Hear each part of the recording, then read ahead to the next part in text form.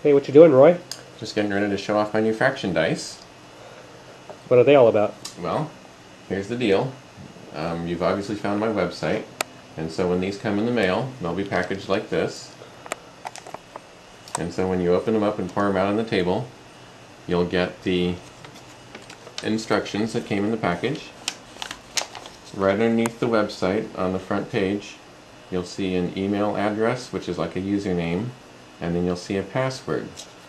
So that when you go to the web page for email address and password, you'll put in those two items, hit submit, and the most important part of this fraction dice and key combination is you'll then be privileged to download 35 pages of problems that these dice generate when you add, subtract, multiply, or divide.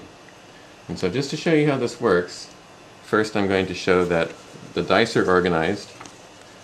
The first three dice are organized based on an egg crate. With an egg crate you can make halves. The 12 divides up into two parts.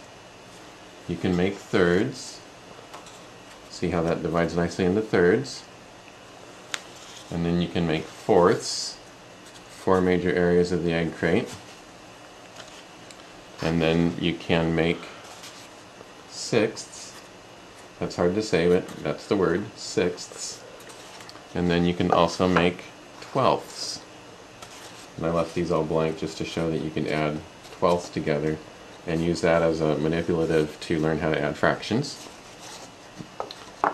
And so the first three dice are labeled 1 dot, 2 dots, and 3 dots, and that's how those are organized. And then the other two are labeled with 4 dots and 5 dots. Those contain fractions that can't be made with the egg crate, and I'll call those non-egg crate fractions. Fifths, eighths, and tenths with a variety of numerators. Okay. Now I'm going to do a sample roll of the dice just to show how it works. I'll take these and roll them, and I got a half and a fourth. I always tell the student to use the simplest fraction first and put it in front, and then to scroll across and find where the fourth gets combined with it. And this example I'm going to do is just for adding, the sum. And so I look across until I find a half and a fourth.